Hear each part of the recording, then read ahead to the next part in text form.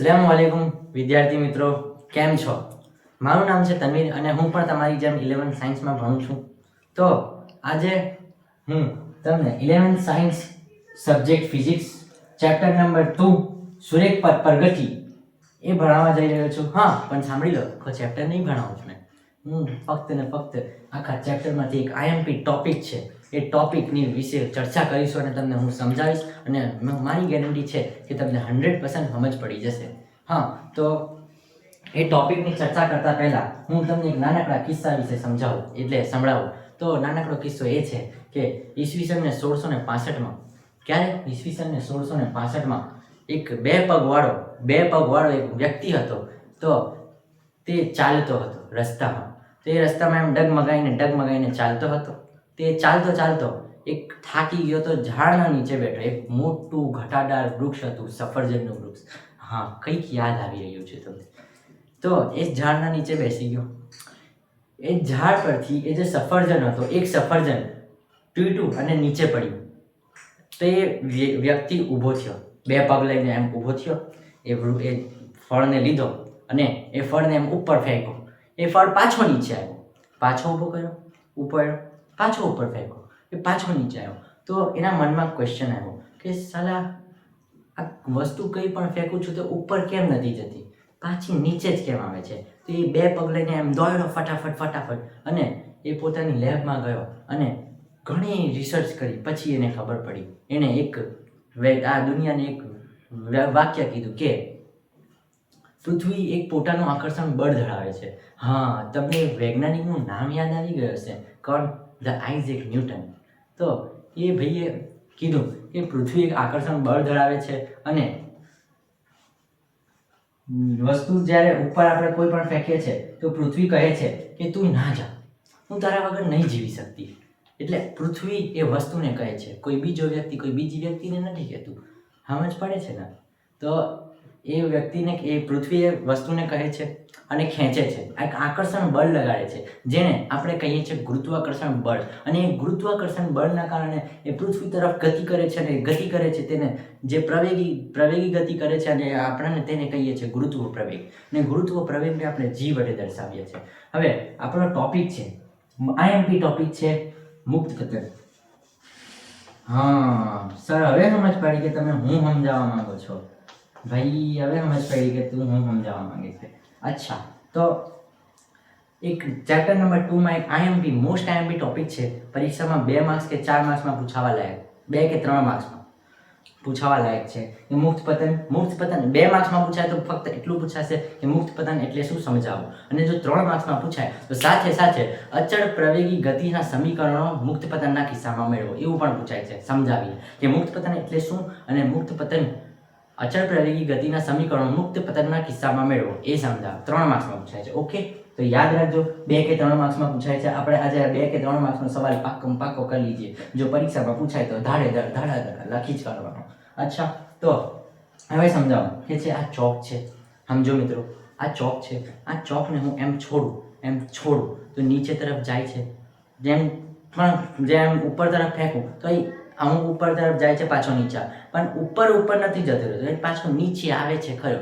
તો એને જ આપણે કહીએ છીએ મુક્ત પતન. જેમ છોડું છું અને નીચે આવે છે એને કહીએ છીએ મુક્ત પતન. બીજો એક્ઝામ્પલ કે હું 5 માળની બિલ્ડિંગ પર ચડી ગયો દોડીને ફટાફટ અને 5મા માળની બિલ્ડિંગ પરથી હું કોઈક વસ્તુને નીચે ફેંકીશ, એમ છોડીશ, એમ ઉપર તરફ ફેંકીશ કે છોડીશ તો ક્યાં જશે? ઉપર જશે? ના, એ પૃથ્વીના આકર્ષણ બળના કારણે નીચે જ આવશે. બીજી એક એક્ઝામ્પલ તમને મસ્ત મજાનું આપું કે છે ભાઈ, આ પર્વત જોવાય છે મિત્રો તમને? આને આશા છે કે જોવાતો હશે.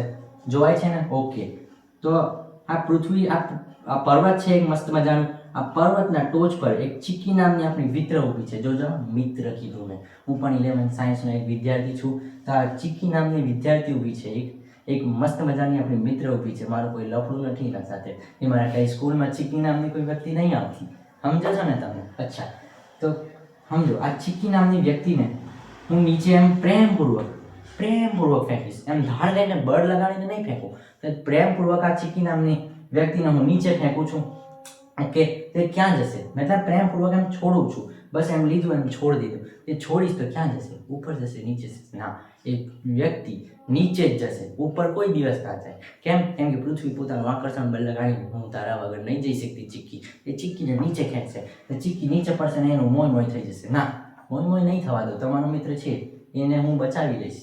અચ્છા, તો જ્યારે ચીક્કીને હું છોડીશ તો યાદ રાખજો, મુક્ત પતનના કિસ્સામાં પ્રારંભિક વેગ v0 એટલે 0 હોય છે.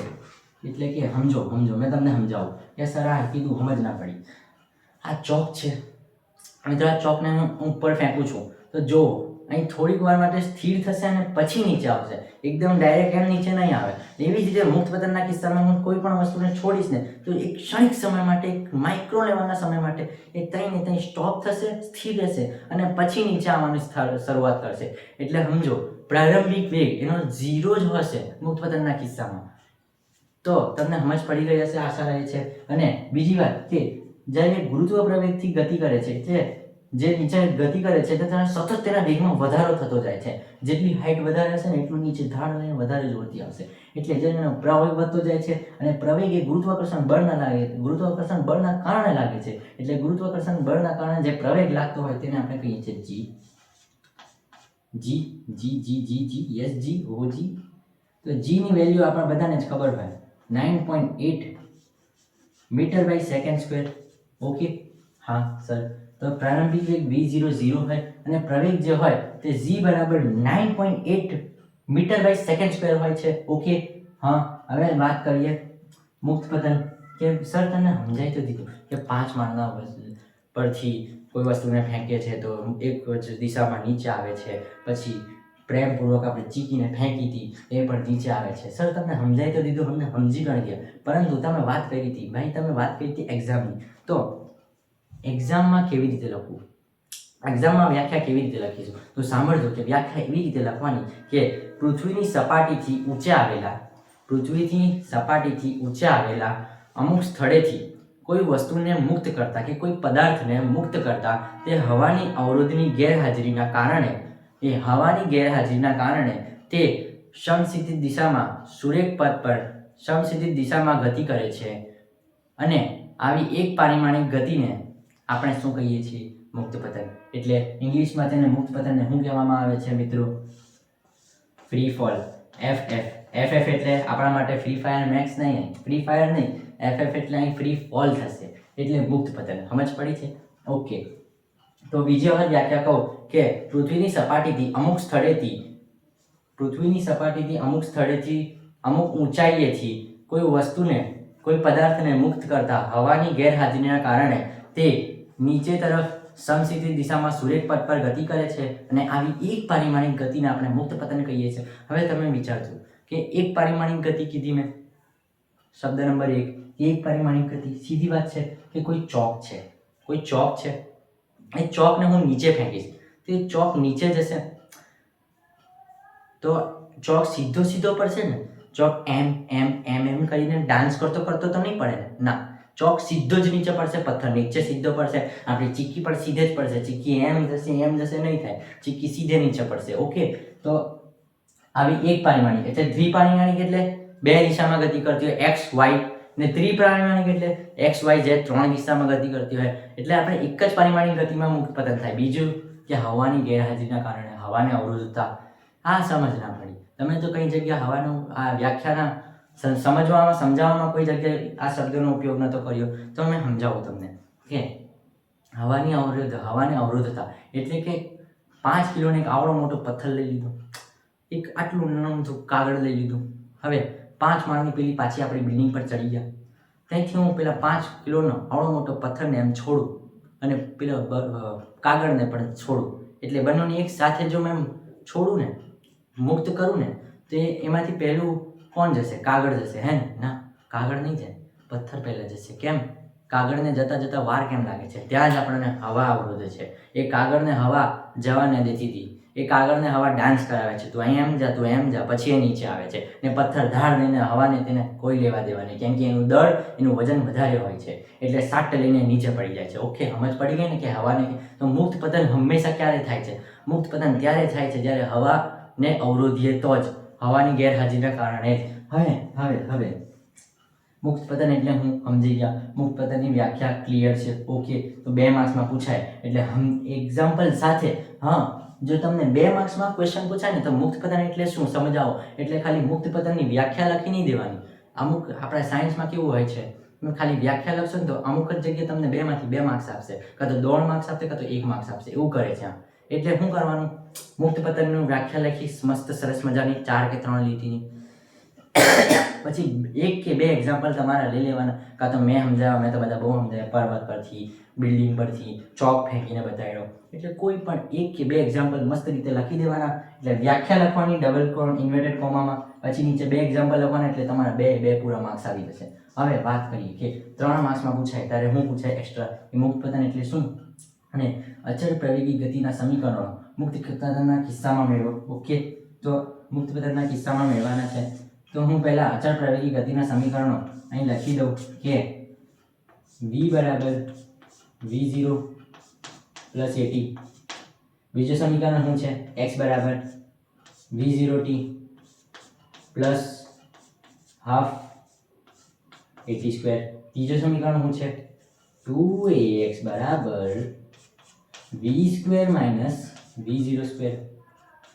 સમજ પડી તમને? જો અચળ પ્રવેગી ગતિના 3 સમીકરણો છે. એક તો v બરાબર v0 પ્લસ at, બીજો સમીકરણ x બરાબર v0t plus half at square, ત્રીજો સમીકરણ 2ax બરાબર v square minus v0 square.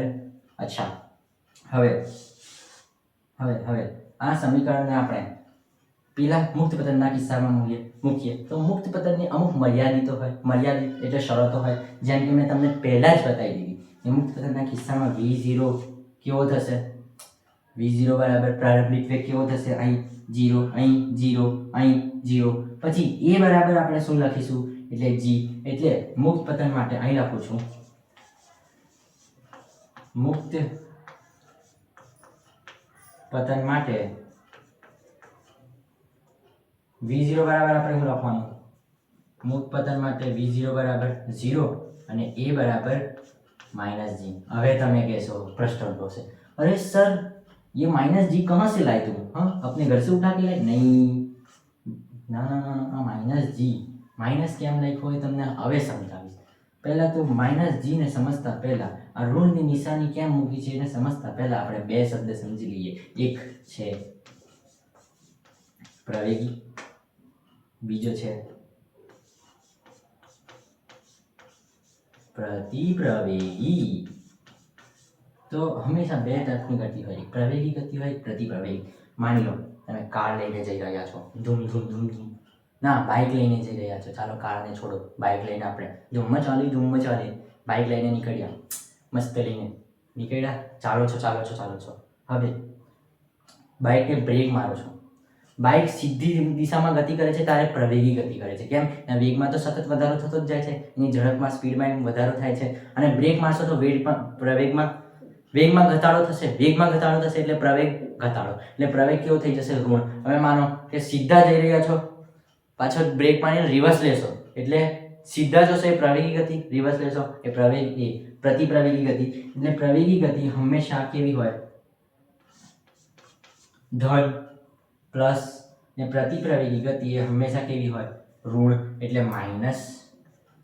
સમજ પડી ગઈ? હવે તમને હું આલેખના આ મુક્ત પતનના કિસ્સામાં કેવી રીતે થશે, ઉપરવાળી લઈશું કે નીચેવાળી લઈશું, એટલે હવે આલેખના રીતે સમજાવું કે આલેખ કેવો હોય. બકા જો અમે સિમ્પલ રીતે અહીં આલેખ દોરું કે આલેખ કેવો હોય, આ x હોય, આ y હોય, આ ધન, આ ઋણ, આ ધન, આ ઋણ. ઓકે, તો આપણે અહીં ખાલી મુક્ત પતન કેવી ગતિ કરે છે, આ એક પાઈ મારી એટલે સીધી નીચે તરફ ગતિ કરે છે ને, એમ તો ગતિ કરતી નથી. તો આપણે ખાલી y અક્ષને લઈએ. ઓકે, તો y અક્ષને લેતા આ y ધન હશે, ઓકે, આ y ઋણ હશે. ઓકે, સમજ પડી ગઈ? તો આ y ધન છે, આ y ઋણ છે, આ છે આપણો ઉગમ બિંદુ, અહીં બી આવે ઉગમ બિંદુ આવી ગયો. આ y ધન છે, આ y ઋણ છે. હવે આપણે આને લઈ લઈએ ઉધ્વ દિશા. કેમ? માની લો કે આ છે 5મા માળ છે બિલ્ડિંગનો, આના નીચેના 4 માળ ને ઉપર આકાશ આસમાન. તો ઉપર આ 5મા માળ છે, એના ઉપર શું કહીએ આપણે, ઉધ્વ દિશા. ઓકે, ને જે નીચે છે એને આપણે શું કહીશું, અધો દિશા ઉધ્વ દિશા. ઓકે, તો હવે આ પાંચમા માળ પરથી તમે કોઈ વસ્તુને ફેંકશો તે કઈ દિશામાં ગતિ કરશે? અધો દિશા કે ઉધ્વ દિશા? યસ, ઓફકોર્સ અધો દિશા. અધો દિશામાં ગતિ કરશે એટલે તમારો વાય કેવો આવશે? ઋણ.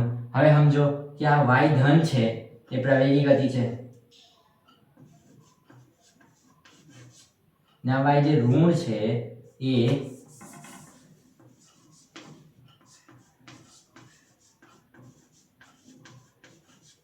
પ્રતિપ્રવેગી ગતિ છે. આ છે ઉગમ બિંદુ, તો આ પ્રવેગી ગતિ છે. તો મેં આ ચોકને એમ ફેંકું, બરાબર? આ ચોકને એમ ફેંકો ત્યારે આ ઉપર જશે, તો આ ઉપર જાય ત્યારે આ પ્રવેગી ગતિ કરે, પછી થોડીક વાર માટે સ્થિર થઈ જાય એટલે એનો પ્રારંભિક વેગ આવી જાય, અહીંથી ગતિ કરે એટલે અહીં 0 પર આવી જાય એનો વેગ, ને પછી નીચે આવશે એટલે આ પ્લસ, પછી રિવર્સ આવ્યો એટલે ઋણ. સમજ પડી ગઈ? પ્રવેગ એટલે પ્રતિપ્રવેગી ગતિ. એટલે અહીં જ્યારે મેં ઉપર ફેંકીશ ત્યારે એનો એ પ્રવેગ એ કેવો હશે? ધન. અહીં જ્યારે પાછો નીચે આવશે ત્યારે એનો પ્રવેગ કેટલો હશે? માઇનસ હશે. યસ. અહીં જ્યારે નીચે કેમ આવે છે? કયા પ્રવેગના લીધે? ગુરુત્વ પ્રવેગના લીધે. એટલે અહીં આનો પ્રવેગ કેવો હશે? જી. સમજ પડી ગઈ ને કે એ બરાબર -g કેમ લીધો? ઓકે, સમજ પડી ગઈ તમને? યસ ઓર નો? હવે બસ કંઈ નહીં. આ v0 ની વેલ્યુ 0 બરાબર એ મૂકી દો, એ બરાબર -g મૂકી દો, તમારા સમીકરણ આવી જશે. ચાલો ફટાફટ આપણે કરી લઈએ.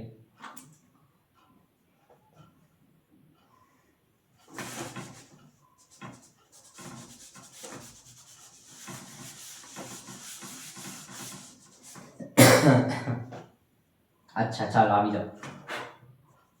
v બરાબર v0 પ્લસ at. તો v ના v, m ના m. v0 બરાબર હું લખવાનું 0, એટલે v0 ને 0 એટલે 0 કાઢી નાખી આખું, એટલે a બરાબર હું લખીશું -gt. સમજ પડી ગઈ?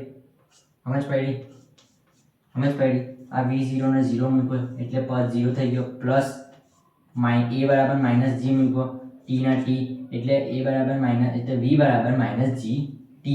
હવે બીજું x બરાબર v0t plus half at square માં આપણે v0 બરાબર તો 0 લઈ લઈશું એટલે x બરાબર 0 ગુણ્યા t પછી પ્લસ હાફ at સ્ક્વેર એટલે પ્લસ -g રહેશે તો પ્લસ હાફ a ની જગ્યામાં આવશે બકા લોકો -g. ઓકે, હવે t નો કેટલો થશે? t સ્ક્વેર એટલે vx બરાબર 0 * t એટલે કેટલા થશે? 0. ઓકે, હવે 0 થશે તો પ્લસ હાફ -gt, તો પ્લસ આ માઈનસ ને આપણે બહાર લઈ લઈશું એટલે x બરાબર હાફ gt સ્ક્વેર. આવી ગયો જવાબ. x બરાબર હાફ gt સ્ક્વેર. હવે ત્રીજો સમીકરણ લઈએ, કાંઈ નહીં, 2ax બરાબર v square v0 square. 2ax બરાબર v square v0 square. v0 એટલે 0 આખો નીકળી જાય તો 0 નો વર્ગ કેટલો? 0 અને a બરાબર -g એટલે 2 - g into x v square minus 0 નો સ્ક્વેર 0 એટલે -2gx બરાબર v સ્ક્વેર. હવે તમ આ છે ઇક્વેશન્સ બધા. આ છે મૂળ પદ્ધતિનો પહેલો, પછી એક કઈ ગયો આવ્યા છે x બરાબર હાફ gt સ્ક્વેર, એક છે આ v બરાબર -gt. ઓકે, તો હવે તમે કહેશો કે યાર ભાઈ તન્વીરભાઈ કે મેં તો દર્પણમાં વાંચ્યું હતું, દર્પણ તમે વાંચતા હોય તો દર્પણ, ટેક્સ્ટબુક વાંચતા હોય તો ટેક્સ્ટબુક, મેં વાંચ્યું હતું કે માઇનસ તો નથી આવતું, તો અહીં આવે છે કે 2gx બરાબર v સ્ક્વેર અને બાજુમાં લખે છે જ્યાં y બરાબર ઋણ છે, પછી x બરાબર હાફ gt સ્ક્વેર. તો અહીં તમારા મૂલ્યો નથી બદલાતા. આ માઇનસની નિશાની ફક્ત ને ફક્ત તમને દિશા બતાવે છે. યાદ રાખજો, g બરાબર તો 9.8 મીટર બાય સેકન્ડ થશે, પણ માઇનસ એટલે અધો દિશા, પ્લસ એટલે ઉધ્વ દિશા. સમજ પડી જશે ને? એટલે તમે જો તમે દર્પણના રીતે ને ટેક્સ્ટબુકના રીતે સમજાવો તો x બરાબર માઇનસ કેવી રીતે નીકળે સમજો. g બરાબર માઇનસ છે તો x બરાબર સ્થાનાંતર છે, અંતર કાપે છે, સ્થાનાંતર કાપે છે. તો જ્યારે પ્રવેગ ઋણ હોય ત્યારે એનો સ્થાનાંતર કેવો થઈ જાય છે? ઋણ એટલે -x minus half gt square. Okay, તો માઇનસ માઇનસ કટ એટલે x બરાબર હાફ gt સ્ક્વેર. ઓકે, પડી ગઈ સમજ? અચ્છા, હવે બીજું એક કે -2gx બરાબર v સ્ક્વેર. તો માઇનસ 2 g માઇનસ x બરાબર v square. v minus minus cut એટલે 2gx બરાબર v સ્ક્વેર. લો, આવી ગયો તમારો દર્પણની ટેક્સ્ટબુકની રીત. તમે કહેશો કે હા હવે સમજ પડી ગયા. પ્લસ માઇનસ મેં તમે અહીં મેં પણ પૂછવાયો હતો, મેં જાતે પણ પૂછવાયો હતો કે સાલા અહીં માઇનસ આવવું જોઈએ, અહીં પ્લસ કેમ લખ્યો છે? પાછો ટેક્સ્ટબુકમાં કે દર્પણમાં બહુ આપણે બહુ સિમ્પલ અને શોર્ટ રીતમાં લખ્યું હોય ને, એટલે આપણને સમજ ના પડે. તો મેં વિચાર્યું, પછી મને ખબર પડી કે આ લોકોએ સ્થાનાંતર પણ ઋણ લીધો છે, ત્યારે જઈને આ વસ્તુ એમ થઈ. હવે કેટલાક લોકોના મનમાં પ્રશ્ન ઉભો છે કે સર, જ્યારે સ્થાનાંતર ઋણ થઈ જાય છે, જ્યારે પ્રવેગ ઋણ થઈ જાય છે, ત્યારે આપણે વેગ કેમ ઋણ નથી લેતા? તો વેગ જ્યારે વેગ પણ ઋણ લઈ લઈએ ને, કઈ વાંધો નહીં, વેગ ઋણ લઈશું. વેગ ઋણ લઈશું તો માનો કે -2 છે, એ વેગ છે 2, વેગ છે 2. હવે માઇનસ લઈ લીધો, 2 નો સ્ક્વેર એટલે કેટલો થશે? +4 જ આવશે ને. તો v -v સ્ક્વેર, પણ સ્ક્વેર કરશું તો પ્લસમાં જ જવાબ આવશે, એટલે માઇનસ મૂકવો છે એટલે પ્લસ જ જવાબ આવવાનો છે. એવું છે ને, અહીં માઇનસની નિશાની ફક્ત ને ફક્ત તમને દિશા બતાવે છે, યાદ રાખજો. એટલે તમને સમજ પડી ગઈ હશે મારા હિસાબથી કે આપણે હોમવર્ક કર્યું, રિવાઇઝ કરી લઈએ કે મુક્ત પતન કોઈ વસ્તુને પ્રેમપૂર્વક ચીકીને આપણે પ્રેમપૂર્વક હવામાં ફેંકી હતી, હવાને અવરોધતા મુક્ત પતન કરાય. કોઈ વસ્તુને ઉપરથી અમુક સ્થળેથી ઊંચાઈથી ફેંકી દઈએ છીએ ત્યારે મુક્ત પતન થાય છે. ઓકે, તમને વ્યાખ્યા કીધી હતી. પછી બીજા નંબર પર આપણે મુક્ત પતન વિશે સમજ્યા, મુક્ત પતનને કહીએ છીએ ફ્રી ફોલ. ઓકે, પછી આપણે અચળ પ્રવેગી ગતિના સમીકરણો મુક્ત પતનના કિસ્સામાં મૂક્યા હતા. તો અચળ પ્રવેગી ગતિના સમીકરણ છે p બરાબર v0 + at, પછી x બરાબર v0t + half at સ્ક્વેર, પછી 2ax બરાબર v સ્ક્વેર - v0 સ્ક્વેર. પછી આને ત્રણે કિંમતોને આ સમીકરણમાં મૂક્યા હતા. તો આપણને ખબર છે કે v0 બરાબર 0 આવે છે, g બરાબર -g આવે, a બરાબર -g આવે છે. ઓકે, મુક્ત પતનના કિસ્સામાં તો v બરાબર -gt, x બરાબર half gt -half gt square, પછી 2 - 2gx બરાબર v સ્ક્વેર આવશે. જવાબ સમજ પડી ગઈ તમને? આશા છે કે તમને સમજ પડી હશે. અને તમને વિડીયો ગમ્યો હોય તો લાઇક, શેર અને સબસ્ક્રાઇબ કરો મારી ચેનલને, અને મને ગ્રોથ આપો કે મેં આગળ વધું અને હું તમારી સાથે હું તમને સમજાવવા માંગુ છું. અને મળીએ છીએ બીજા લેક્ચરમાં. અને તમને તમને કોઈ બીજો ટોપિક હોય કે મને નહીં સમજ પડતી તો બિંદાસ લખી દો કમેન્ટમાં, તનવીરભાઈ આ ટોપિક છે, તો હું સમજાવવા માટે તમારા સાથે હંમેશા સહકારમાં રહીશું. ઓકે, મળીએ. બસ.